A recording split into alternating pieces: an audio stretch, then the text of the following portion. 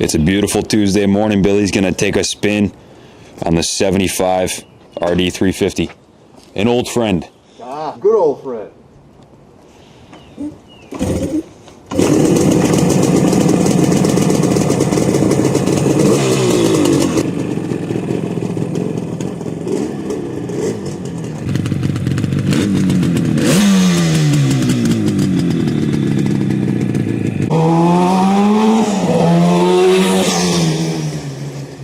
Fucking mint, man. This thing is unreal.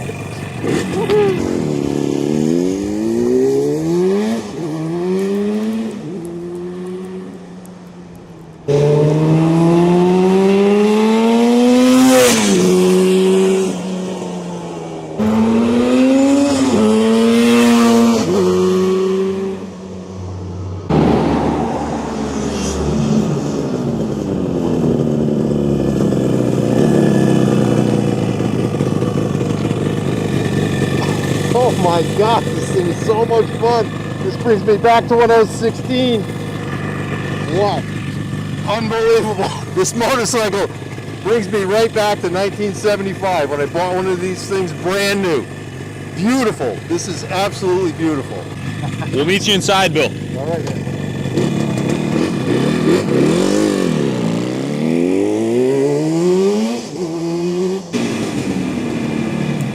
So that was actually Billy's first time ever riding an RD350. Just kidding. Anything but. I've got some miles on one of these. How many miles do you think you have on RD350s, Bill? Kenny, I probably have, I don't know, maybe 30 to 50,000 miles on these. I've had a few of them over the years. I still have one of these at my home. What year did you win the RZ Cup, Bill? 86? That was 1986, yeah. And my first ever street bike was one of these when I was 17 years old. And it was a great learning bike. It was very forgiving. You know, points ignition, you can adjust the points, and it was very serviceable and a good bike to learn with. And this bike has not been upgraded in any way to my knowledge except the tires and possibly the rear shocks. Billy, when I rode the bike for the first time this morning, it felt like a brand new bike. And then I got to looking around it, and there's no clues as to the bike being restored, and it's showing 3,057 original miles. So this one's from the Stockton, California collection. We actually have a clear California title with the bike. Yeah, this bike has not been messed with. There's tiny imperfections here and there, but that just shows its age. You know, it's going to have that. You know, a little bit of paint gone here. Original switch housings. The throttle switch housing, yeah. But that shows its signs of its age, and that would be corrected very easily. The original pipes, Billy, I couldn't help but notice that there's no battery acid spilt. I know. On this side, that's sort of typical, and there's no rust or rot to be seen. Yeah, very common. The battery acid spill happens when the battery overcharges. It sends a little bit of battery acid down the vent tube, and it invariably drips on the pipe. Nice chrome pipe, and goodbye chrome. Good night, chrome. Good night, chrome is right. Original front fender's nice and straight. I see one little dimple there. Maybe that's something that our dent magician could have pulled out. But what I see here, Billy, is a super tight, original, unfettered with. It still has the stock intake and the stock exhaust RD350 unmodified with 3,000 miles. It feels super crisp. It does. It does. I roll the throttle back just like I did when I was a kid. Two things I do: roll the throttle back and tip your head back, and the front wheel comes up. All you got to do is tip your head back a little bit. Right, without stressing it, without revving it to the moon, just no clutch. Yeah, no clutch necessary. Right. None of this. No fanning the clutch. Just roll the throttle and lean back. Roll on power. It's like magical. Yeah, it's absolutely, yeah, beautiful. Linear power delivery. This bike is no excuses. This particular one is like, in my opinion, the holy grail of RD350s. It's got a few little blemishes, but it's original, unmolested, never been restored.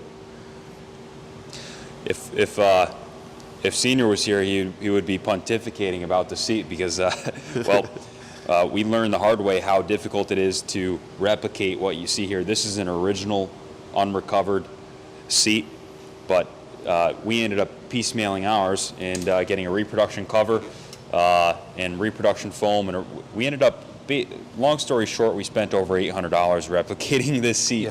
This one's original, and it's basically in perfect condition, and under the tank is, or under the seat rather, is no exception. Look at the condition of the rear fender and the oil injection cap, and it's very tidy. One item that's missing is the toolkit that went here, but this cover that goes over the airbox is the first thing that gets lost.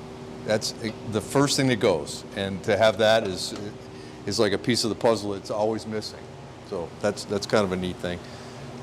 So I looked inside the tank this morning. It is nice and clean. Check the gallery. I have a shot in there. The gauges are crystal clear.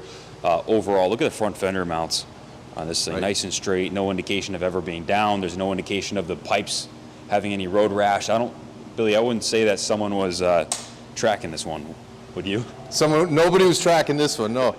Well, the first thing the boys would do back in the day, if you're going to take it to the track, which a lot of these bikes got eaten up at the racetrack. What I did when I bought my second one in '83, we heated the step bar that goes underneath the pipe red hot and sledgehammered it right into the pipe so we get more clearance for cornering. That's how far over these bikes will lean. Right. It's a race bike with lights on it. Basically, that's what this is. But it's so mild-mannered that it can be ridden down to the grocery store and never make a complaint, never have a complaint, not a one. It's just freaking fantastic. Yep. Yeah, mild-mannered. It behaves down low, but dude, if you ask of it, it'll deliver. It will give. Yeah, absolutely. Can you grab the camera real quick, Bill? I'm going to go over the work order. We did a thorough service in-house as well as a professional detail from the top.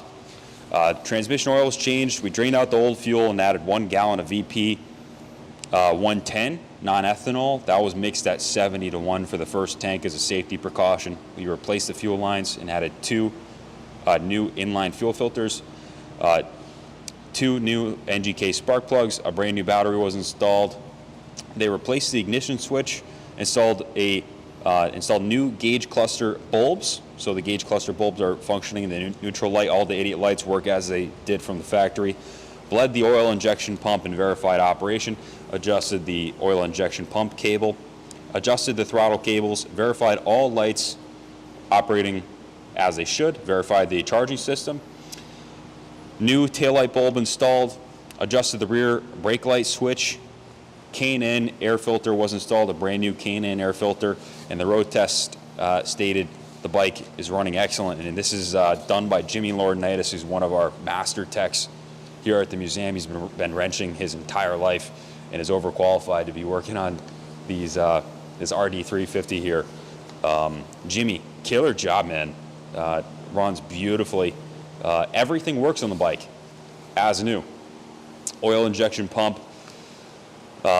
There's no issues with the fuel system whatsoever. The fuel tank's nice and clean, has brand new fuel lines. The petcock has been serviced, the carburetors have been gone through, and all the lights work as they did from the factory. The turn signals, the headlight, the tail light, the brake lights, the idiot lights on the gauges, all the switches. It's exactly as you would expect of a brand new RD350 essentially. And as Billy mentioned, it has some patina here and there, but that's what makes the bike desirable. It's very clear this is an unrestored, unfettered with example, and we do have the clear California title that is clear and open, will be transferred through our dealership, Kaplan Cycles. One owner, looks like the previous owner purchased this in 2013, and we bought it from his collection with 16 other bikes that were all in museum quality condition, quite literally, even though some of them were off-road competition bikes. The previous owner, who's going to remain nameless, man, just a phenomenal collection. We're super grateful that he chose to do business with us, and we were able to get them coast to coast. But we brought this RD350 in. It's really been the talk of the shop for the past several weeks since that load came in. I know you were all over this thing, Bill. I know, when I saw it, it's like, oh my God, it's the Holy Grail. I mean, all these pieces that went by the wayside, turn signals, this whole grab rail thing here would be gone. the little button for the resting the license plate would be gone. These reflectors would be gone. All these things were taken off by, you know, kids when they got these bikes, and this bike was not owned by a kid that did that. There are a couple items that I saw when I was looking over the bike. One, there were thin rubber caps that went over the top. They were like rain protectors that went over, like little umbrellas that went over the carburetors that are gone. And they're made of such thin rubber that they would dissolve in just a few years. So, you know, that's gone. There's a couple other little things that, you know, just showing the sign of wear. 1975 to 2022, that's a long time. So it's definitely survived, showing little signs. I think someone may have tipped it over at one time, and there's a slight bend here on the headlight ear. That's. I didn't even notice that until you said it just now, Bill. Yeah, it's not really obvious, but you know, that's typical of the bike. It could happen in the garage. You know, there's no signs anywhere of it sliding down the road. You know, you would see it on the mufflers. You know, perhaps the front fender, but. And the headlight was going the wrong way. There we go.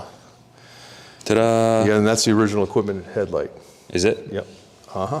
It's freaking fantastic. Yeah. Really, the first thing that came to mind this morning when I fired it up, Bill, and did my first pull up the street, did a light pull like third and fourth. Yep. And I said, this is a delight. Yeah, it's a delight. It really is. It's a delightful motorcycle that you could go out. I actually got my junior plates with a bike just like this, exactly like this in every way, except for the foot pegs being, you know, bent into the mufflers. It was bone stock bike with some sticky tires and racing brake pads. You could go out and win with this bike back in the day. And today in vintage racing, same thing, even with the stock pipes.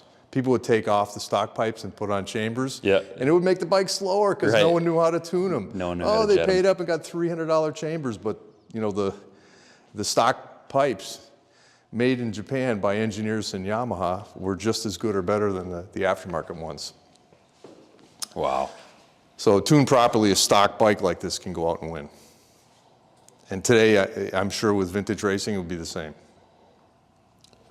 Two-stroke street bikes from the 70s and 80s are just going to the moon value-wise. They're highly collectible, and for good reason. Like what Billy's describing, there are very few left that are unfettered with and unmolested. So, right. Strong purchase, strong investment. The purchase price is going to be far less than the replacement cost, and there will be nothing comparable on the market. I'm sure there's some tucked away in private collections, but sure, examples like these are few and far between. So, and beyond the ones that are tucked away in private collections that don't have fuel in them and never see the light of day, this one is a bike you could take out and ride. I would ride this bike to the beach today and have a fantastic time in it and not have a single worry because of the auto lube injection and you know, non-ethanol racing fuel in the tank. It's a bike you could hop on and ride, you know, anywhere today. And you can enjoy it, ride a couple hundred miles a year and not see it go backwards. Right. As long as you're not scraping peg and doing track days, it'll stay in this condition. Exactly right. Keep it in your climate-controlled garage, and very safe investment. Yep. Well, I'm very happy to have had a ride on it today. It definitely made my day. Yeah, it made mine just watching you rip on it, Billy. Yeah. Going up the driveway, just wheeling the thing. Yeah, just roll the throttle and the front wheels lifting. But if you ride it, if you behave and ride it normally, the wheels stay on the ground, and it's just as good as any four-stroke twin street bike or any other street bike of its age. Thanks for watching thus far, guys. Message your zip code for a shipping quote. Any closing remarks, Bill? I wish I could own it myself. You know, I wish I could take this home with me because I would love to own it. There are a lot of motorcycles out there on the market, but this is one of the finest ever built, in my opinion. And this is the epitome of the RD350. This is the last year they made the RD350. So it's fully developed. And it's a no excuses motorcycle. In this condition, this particular model is, you know, it's a great bike. And again, I would love to own it myself. Thanks for watching, guys. Good luck bidding, and God bless America. God bless America.